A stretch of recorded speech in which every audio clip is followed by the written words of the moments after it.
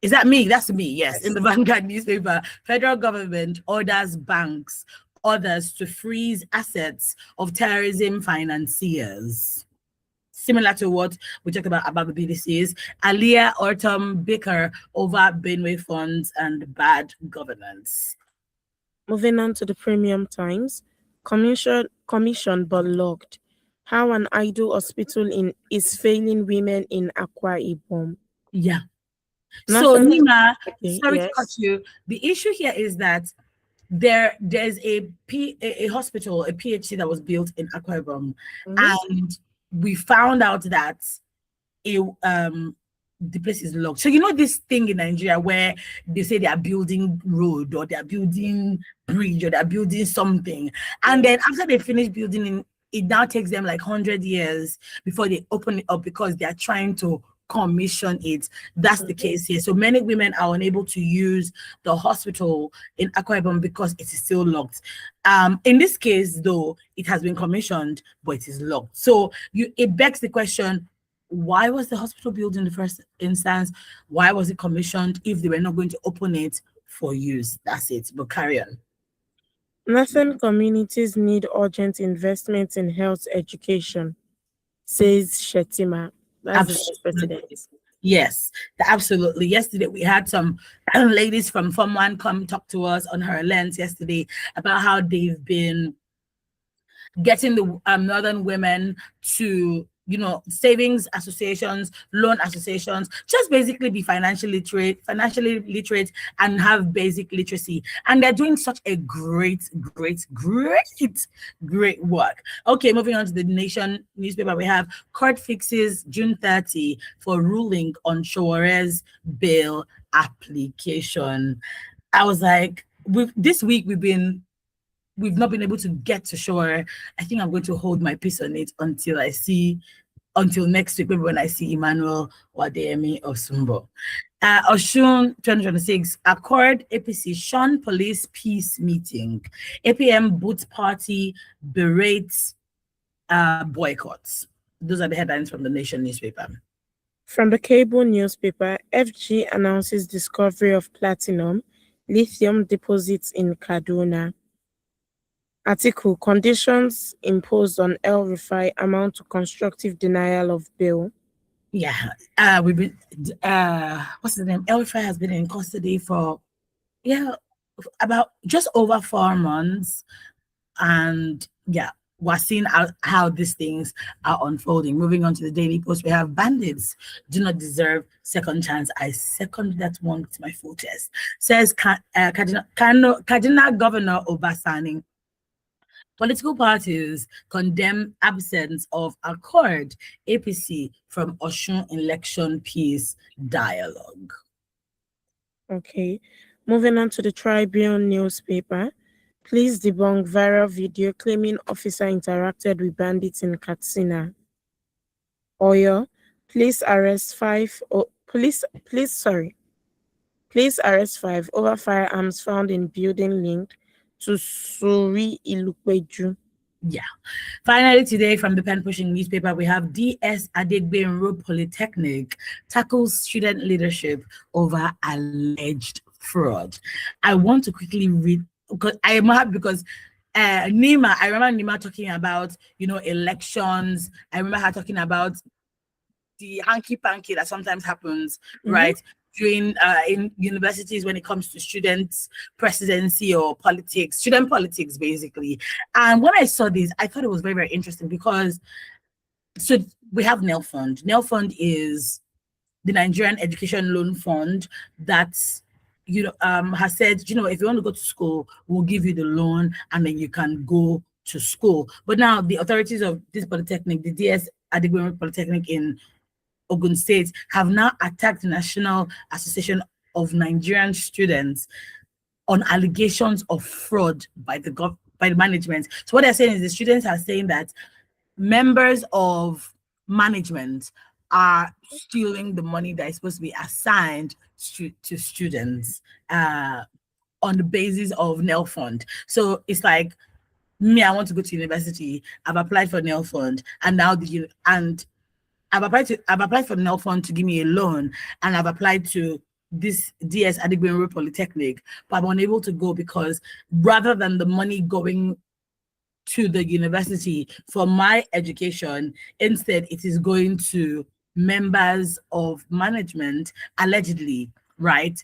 That was happening. So the management has invited the leadership of the student body and other relevant stakeholders to consult a comprehensive fact-finding exercise, and they've now ordered a forensic audit of all NEL fund related records and transactions. And how did this even come about? It came about because the president of NANS, Babatunde Akinteye, had said, there's fraud going on between this our university, this our polytechnic and NEL fund. The management has said, I know it's false, it's misleading, but Nima, in your time at the university, I mean, my university can have all these things, to be honest. So I can't relate. Let me not lie. I really cannot. But I know you went to University of Ilorin, right?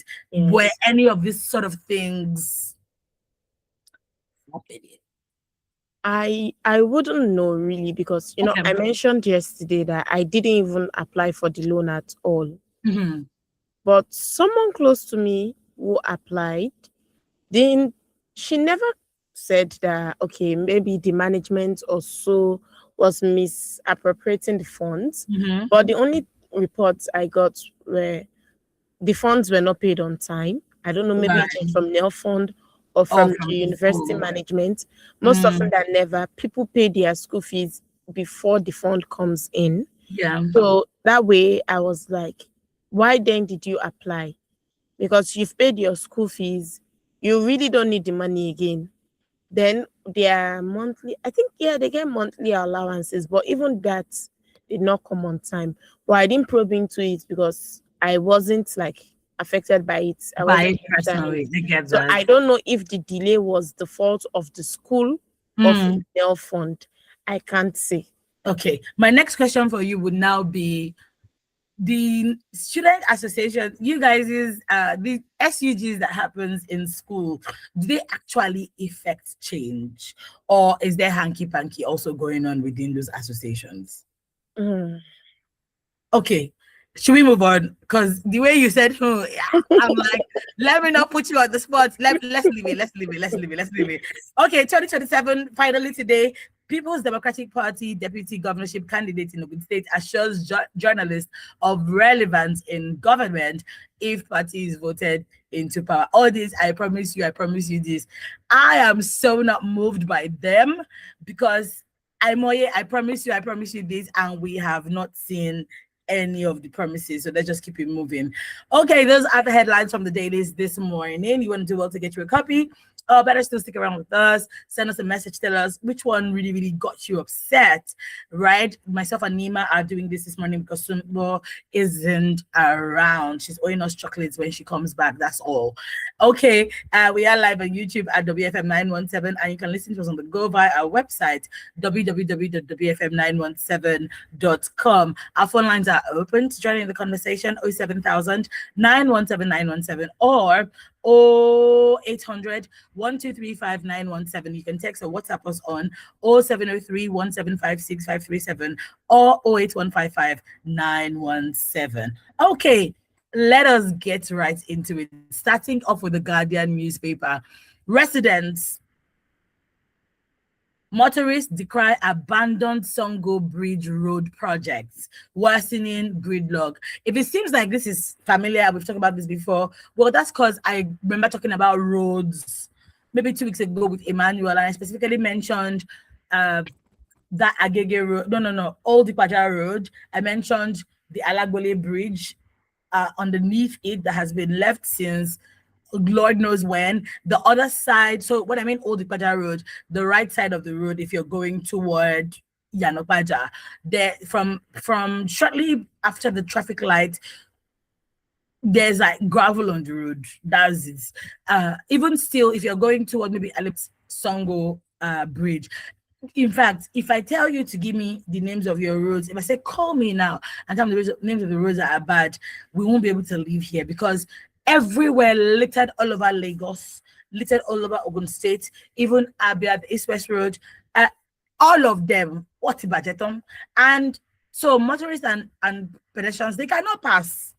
And once that happens, it hampers your journey. It causes traffic in the area. It causes hardship to those who are plying that route as well. And what's interesting is that this construction work has been long overdue, right? So it's not that they haven't started. What he buried or feeling, and that is what is very, very, saddening for Nigerians. So it's the bridge inward Songo from Ifo, and it's been abandoned.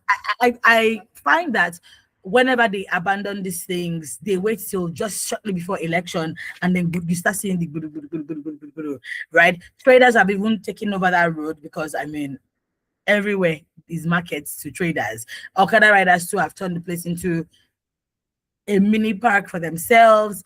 It's just a very, very interesting situation, and quite a number of them are saying that, look, now we can't go to Songo anymore, and now we can't do this in Songo. Now we can't do that. Now we can't. There's traffic. There's this. I don't know why we just like to make life hard for ourselves. I don't know why the government or the administration of any state likes to make life really, really, really hard for Nigerians. And like I typically say, let shame, small shame even catch you a little bit. Or do it, even if it's not shame, do it selfishly, whereby you're like, do you know what? Let's do this thing so that they can vote us in for the next election. But it's like right now, they don't actually care. Like, okay, the road is bad. Okay. Is it that they don't pass those roads? Is it that they have alternate routes to pass? Is it that they fly to wherever they are going to? I don't know. I'm really, really saddened by this. And I don't know how else to beg the government of Ogun State to speed up the work, to finish up the work in Songo, or finishing up the work wherever they've started doing road in Nigeria. It is just really, really saddening, wouldn't you say, Nima? It's very saddening. Like,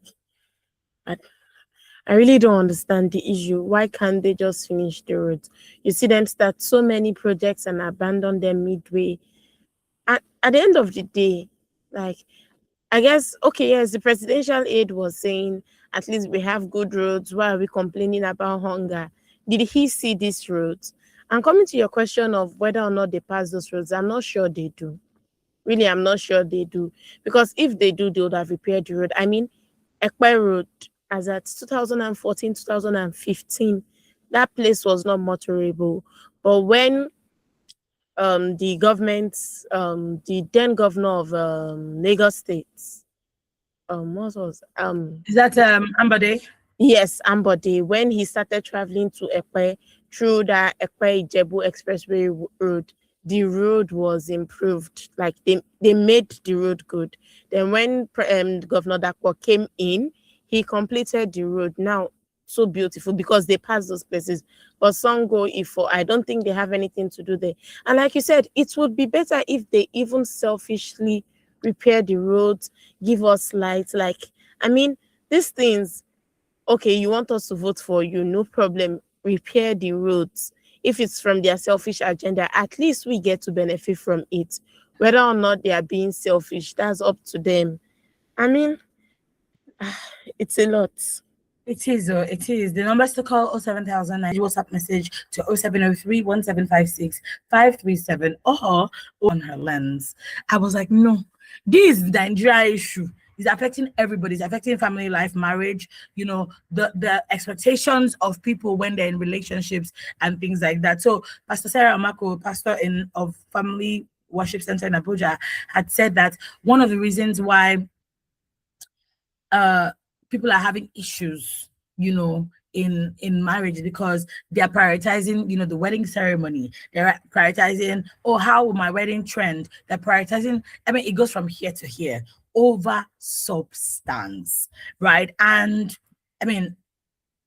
Women Radio is #1 station for women and their families, and that's why this conversation, is also important. She's saying that, look, we should prioritize character. We should prioritize. We should look out for red flags when it comes to your relationship. What are the red flags that you are seeing? Should you turn a blind eye to those red flags, or is it a case of maybe I can live with it? And I typically say there's nothing like you can live with anything. On Monday, on the big question, we had a conversation on whether or not age is the only determinant when it comes to marriage. And the ladies, Nima was also there. We're talking about different things such as character, different things such as financial stability, emotional stability. What else? Maybe your faith, right? Okay, do you believe in God? Do you not believe in God? All those things are the kind of things that you should consider when you are getting into marriage with the person. And why is this important? Because the family is the smallest unit of society, yet very, very important. Because I find that all these things that are happening in our society, whether banditry, whether insecurity, whether armed robbery, whether, it goes from here to there, is as a result of the family unit. And if the family unit is not in place, then we're going to have issues in society. Statistics will show you, or you typically hear that, the reason why there's so much crime in the land is that people that are criminals come from a type of home, people that, if you see children from stable homes, they are well behaved and things like that. Everything starts from the microcosm, that's the word, of family. It starts from there. Crime, it starts from there. Domestic violence, it starts from there. Stealing children, it starts from there. Human trafficking, it starts from there. Drug abuse, it starts from there. Sex work, it starts from there. There's nothing you want to mention.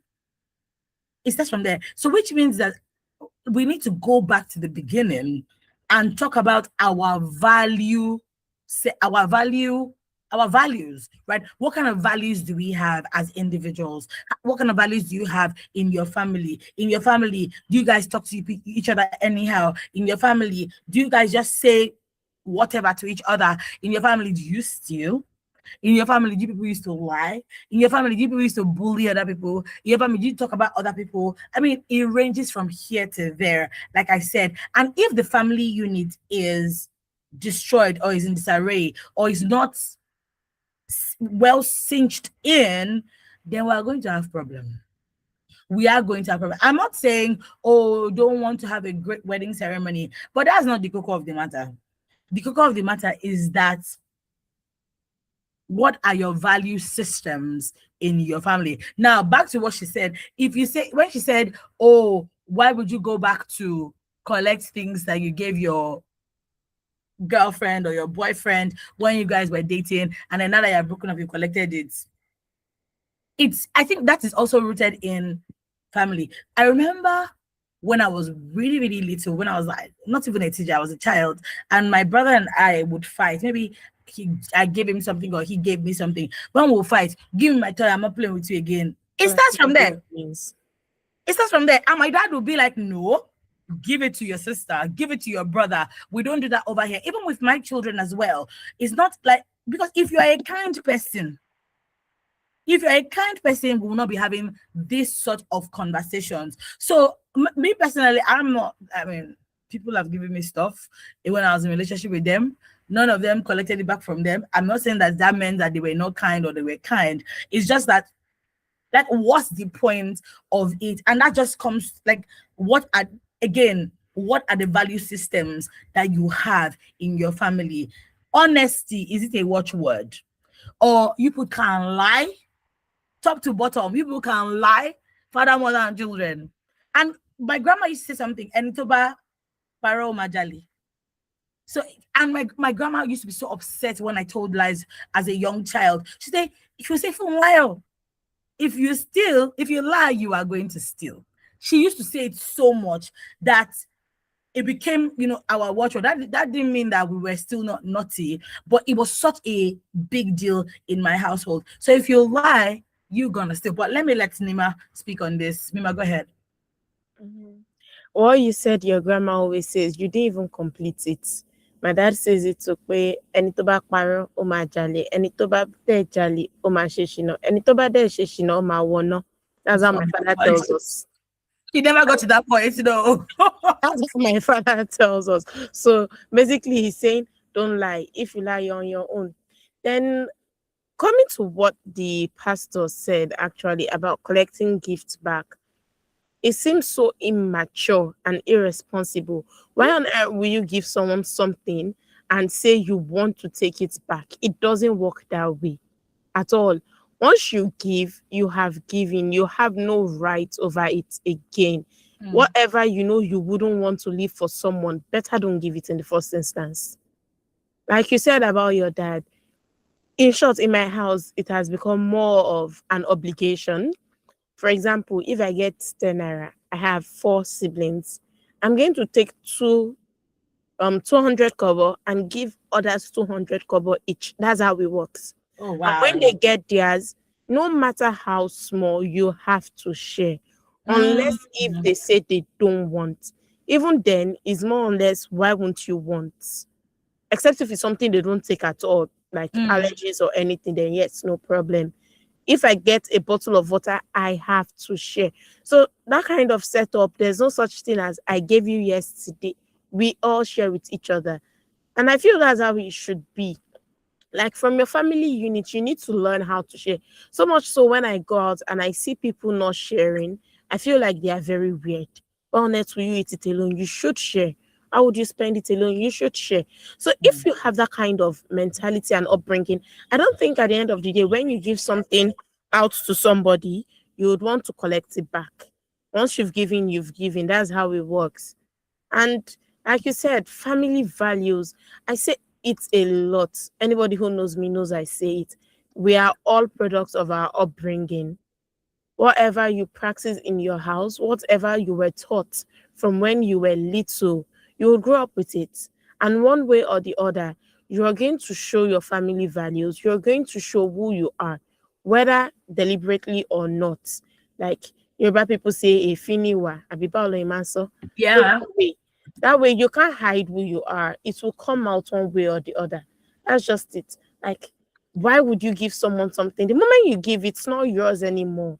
You shouldn't even look at it. I feel like I said, it's selfish and irresponsible. It's childish. It's immature. Like when you give gifts, that's why it's called a gift. You let it go. Because, okay, come to think of it, you want to take your tangible items back, your material items back. What of the time the other person spent with you? Some days you might have something to do, you might just want the day to yourself, then your partner goes back. If you bought me a ring and you took your ring from me, can you give your friend? Some days you see a sister wake up in the middle of the night because her brother is going to work. She stands up to cook for him. Yeah. Then I do it a lot for my brother. I stand up, I cook for him, and I go back to sleep. So now imagine if tomorrow he gives me a phone and he's like, okay, Nima, give me back my phone. Can he give me back the days I woke up to cook for him? Very true.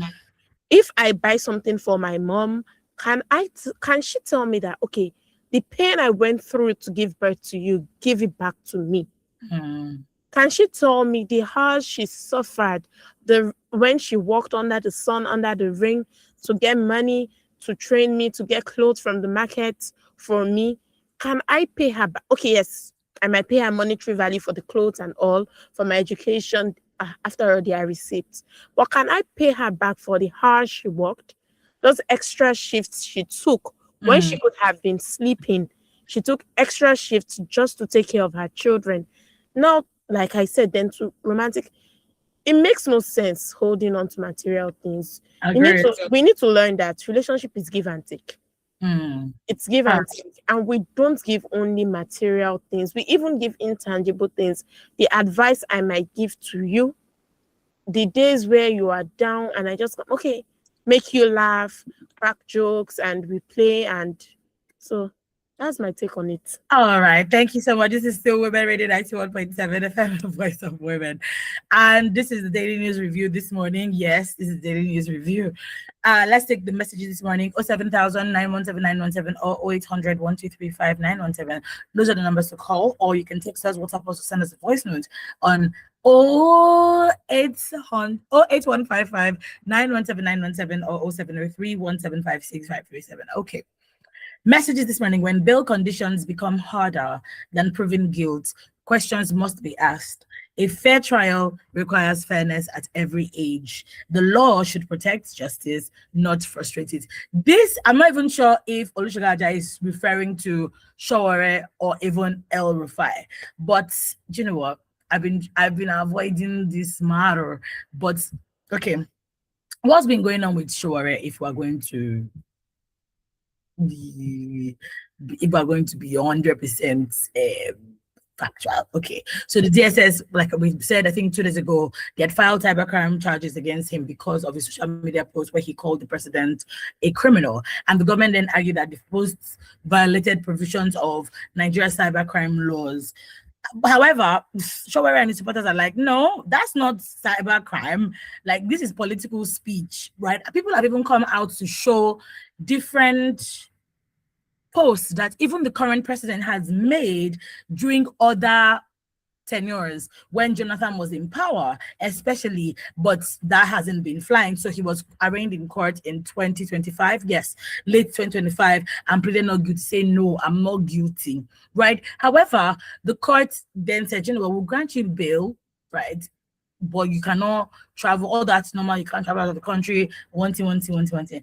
Now, where the drama is that his bail was revoked. Why was his bail revoked? They say, I mean, it's different. The court says that Sowore was supposed to come to court on the 16th of June. That's this month, 2026, but that he did not come. And the judge was like, you're rude and you violated your bail conditions. So they said, no, you're going to be on the bench warrant, right? But then Showere's legal team was like, we did not miss court. We came on the 15th of June. However, the court did not sit that day. So that's where we're now seeing, you know, variations in this thing. And then he now told the court officials, like, look, I need to go to Lagos and ask for a new date. But then it wasn't given because they had now put the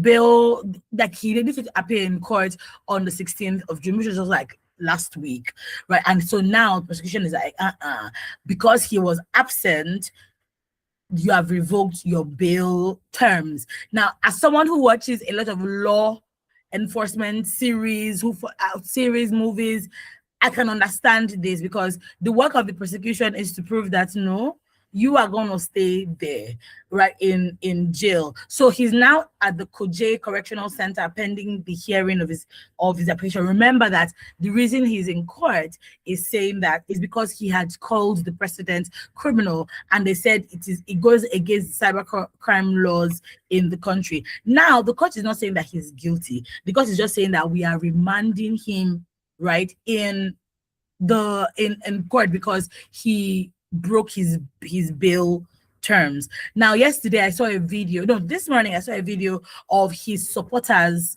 right, at the court saying this is not how they used to do something. This is not how they used to do something, right? And they've been really against, you know, this custody, basically, that he's still in jail. But now remember that Sowore is also a presidential candidate. I think he started the AAC. Hello, Good morning. good morning, Fumi. Good morning. Good morning, Prince. How are you? Good morning. I'm very good. Good morning, Nigerians across the world. Hearing us this morning from Radio WFM Lagos, Ogun State, however I want to put it now. Lagos are more participants on this platform. Yes, I don't have much to say, but look at this, Fumi. On Sowore, you know, he's a voice from the opposition. Yes. Do you know a man that has become an ambassador who to do all manner of name and brought him also serious about the drug cartelling some years back. Do you remember the name? You will tell me. But now he's an ambassador under. If that guy was to be in an opposition party, do you think he would have been named or he would have been so close to even see the day? So because he belongs to the party, remember the statement, just join us, your sins will be forgiven. And your brother came on national television and he told Nigerians that he has been traveling from Ibadan to Lagos. And the people of Lagos and Nigerians are complaining about, or that the people in the studio were talking about, he has never seen it. That he never see any hunger in the land. When he gets to your place in Mowedia, before your own area, you see people buying and selling on the hold up or go slow, use the word hold up.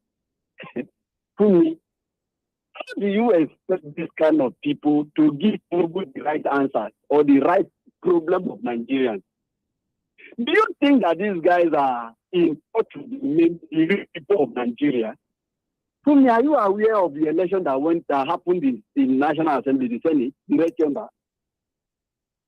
Are you aware that these guys came out to explain to us yesterday that inside that small room, was a glitch in the voting process, electronic voting process.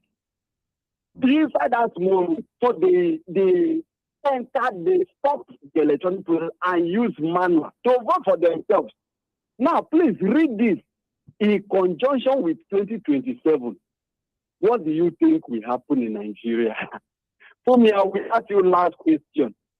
If you were the president or the INEC chairman, current INEC chairman in Nigeria, with the full evidence and the results before your lay and professional eyes, what will you do? Will you resign or you want to continue to use 2027 as another test? Because you said it was a test.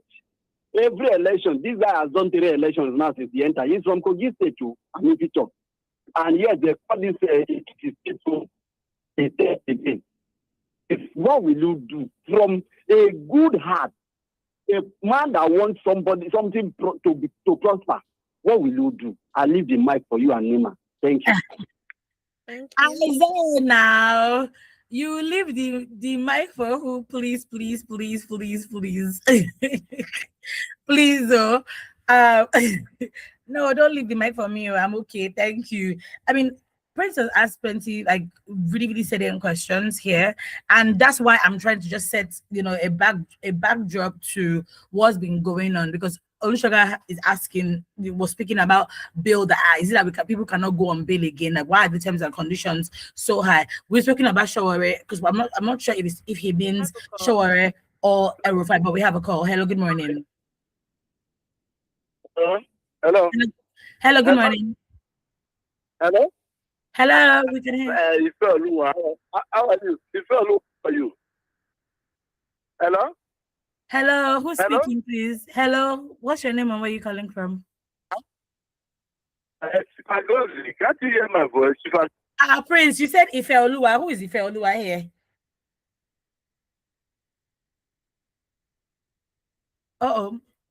I think the call is gone. Might have been that he was trying to call somebody else but dialed our number. Oh, Chief Agozie. Chief Agozie, it's been a while. It's been a while. A really long time. How are you? Hope you're well. Okay, now for El-Rufai, what's going on with El-Rufai? He's been in custody like since the beginning of the year. What happened? We talked about it as well on Tuesday. He do say that he do listen on a phone call that he's not supposed to listen to. That's what happened. Hello, good morning. Hello? So you don't know me. You don't know my name. You have not called in a long time now. Chief Agozie, you have not called in a long time. Now, wow. How are you? It's been a long time. Okay. I want to ask a question. I want to ask a beautiful question about Showore. Okay. So, it's trying, you understand, as a politician. What kind of business is he doing? Oh. Huh? So busy no air. He's always busy without this politician. What kind of business is he doing apart from politics? Huh? That's a good question. We'll ask him for you.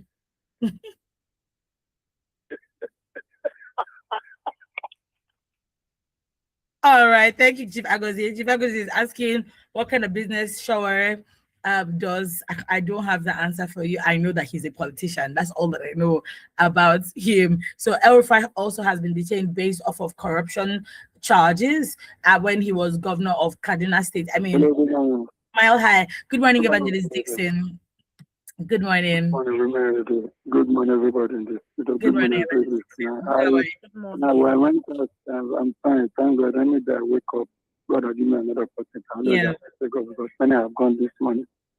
And as I always say, God, I'm doing people to do the right thing. Because one day we also we there and go back to our maker and give account. Everyone is here to say, God is watching us. So I just called. I was not here when people started. But I listened to what Nema said. Nema, in fact, I can say now we have somebody that replaced Madame Rose. I Madame Rose. She still calls. I wish I can say, we need to send credit to her. That's what family is all about. I've been thinking before, can we get somebody who be able to replace this Madame Rose? I can say now, Nema, in fact, you are trying. I listen to this and I see how you spoke. I see how you spoke. You spoke my mind. And that was high. And I keep on saying, conversing. I'm praying for this Nigeria was not. Some of that have advanced. We are not happy seeing what our children and grandchildren are doing. And that's why I keep on praying for things to get, for God to turn part of our leader, all these wicked, some of the wicked leaders, not all of them. Sometimes when you are up, some of you are being a leader, you should know that it's not easy. Sometimes you bear a command and things will not go the way. If you are being a leader in a small place, know that it's not really. And that we need to put everything in people. We should learn to do what is right, because if they are doing the wrong thing, we also are doing it. Then which man do you have to complain them? Like me, I don't like to do what I'm complaining about other for. I always want to do the right thing. God help me. So we should learn to do what is right. I'm not going into politics if I know that there's nothing I do. I say that to change it. No matter what you say about people, either to go or review or those who want to vote for them for one thing or they will vote. Against their conscience. That is it. And we cannot condemn anybody. One thing, what I say, I'm not expecting anything from them, from anybody. So if they do, fine. They don't do, fine. But I'm believing God that no matter how difficult things are, I know my God. And my God has given me a spirit of goodness and sound mind. So I'm not afraid to travel anywhere. If my time has not come, nobody will take. I don't think to belong to anybody. I'm able to go back to that person. As I said, I know my God is able. So we should learn to do the right thing. Know that God is working. That Nigeria, better Nigeria, we are all looking. We all depend on you and Christ. So please, anywhere, I was not to be the leaders are doing the wrong thing. Also, should do that. We should also put in this. So as though we direct, yes, God can change them. They can change. So I believe God. Nigeria be great again. It was not like it before. But God bless and that God bless you. So thank you. Nema, well done. Thank you. Thank you so much, Evangelist Dixon. Okay, let's do reading messages. We also have top of the morning to you in the studio on a video that has gone viral where some bandits are moving in en masse with motorcycles and get taking points, and police are just looking at them. It's not a surprise to me, because in some parts of the northern region, their leaders are in bed with bandits. It's on record. One security expert in the north says Katsina state government sent some bandits to AJ this year and that cannot be far from the truth. So I did see this article as well this morning, but now the police has come back to say that they were not bandits, that they were vigilantes. So we don't know which is which, because quite a few people had spoken up against this, saying that, what do you mean by you are fraternizing with people that are killing us and are abducting us? But the police now said no, that is not that, that they actually are vigilantes. So that's what it is. He additional also says the state police is a welcome development. Yes, you've actually been hammering for this, so I'm glad that this is happening and you are seeing your dreams sort of come true. Gradually, we're moving from a unitary system of government to true federalism. Local government autonomy is one followed by state police. Soon, resource control will follow. Thank you so much. Lekon, that's from Additional Wasiu. Lekon says, good morning, crew. I want to ask, can you compare the time of PDP economic boom? Nigeria was number one in economy. Check the living wages, price of commodities. Nigerians were living decently with middle class building houses and living fine. But from APC nightmare government came into power from 2015 up until now, you are number 4 in Africa. All this is due to insecurity, removal of subsidy, obnoxious policies that has made 7.2 million private public SMEs shut down. I mean, it just goes on and on to say what is going on in Nigeria. I mean, we are very well aware of what is going on in Nigeria.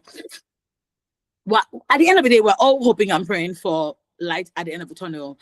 But it seems really, really far from happening. But we hope, we pray, we believe that it will come sooner or later.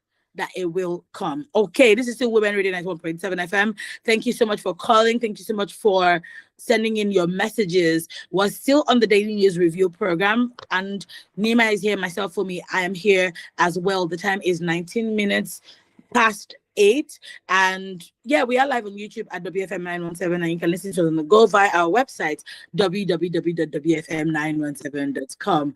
We've been talking about this one since maybe last week. Daily Trust. Oil prices dropped to pre-war level, but fuel still sold above 1,000 naira in Nigeria. What could be the reason? We do not know. So the global prices have fallen to about, I think, $60-something is what I saw this morning. $69 is dropped from 73. You know, initially during the war, it was at $130-something, and then now it's dropped to $69.85, which is a huge drop. Now, before this US-Iran fight started, fuel was being sold at 770 to 800 naira per liter.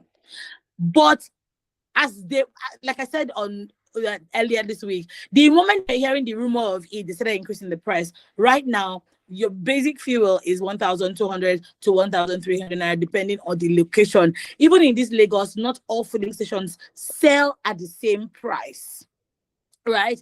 And a lot of us, we were expecting that now that crude prices have fallen, why not maintain, like, why not follow suit and drop the prices as well? A marketer who spoke to, Daily Trust correspondent said that the ex-depot price should not be more than 700 naira per litre against the 1,180, right? Oil and gas analyst Dr. Ayodele Oni said that the fall might not immediately translate to reduced pump prices. And I ask again, why? Because when we were hearing the rumors, we were seeing the finger, we had not even seen the wall like that. The fuel prices had increased automatically. So why can't it reduce automatically? Nobody has been able to answer this question, and maybe somebody can call and tell us why. Why can't this? I don't believe this one is not a case of if anything goes up in Nigeria, it doesn't come down, because this is worldwide. In other countries, their fuel prices have also come down. So why is Nigeria, and why is the government not looking into this? I know that it seems like I'm shouting, but I'm at this point, I've reached the end of my end. Nima, over to you. I'm not sure, but I don't think the 3 working days I give them has come to an end now. You did give them 3 working days. Yes. To an end. Nima, today is Thursday. Do you want to call? What did you say? You want to call them? Me one more. Because at this point, I gave them 3 working days, and they fall my hand already. I thought they will do something. I think the issue now is that we said last time that regulatory bodies are really not doing anything, because by now the prices should have dropped. So surprising that even NNPC price has not dropped. I expected NNPC to drop immediately. I don't know what they are doing. No, I don't know. Prices are meant to drop at this point because everywhere globally, the oil has dropped, fuel prices has dropped. So why on earth has it not dropped in Nigeria? And they've even exceeded the 3 working days I gave them, for crying out loud. So what are we talking about here? We want to beg the government at this point, Abby, to intervene in our matter.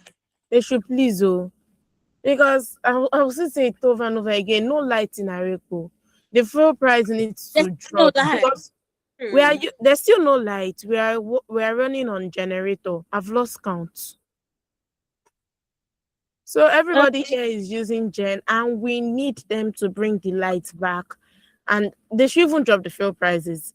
Because what do you mean a liter is 1,003? How many liters do we want to use per day? Yeah.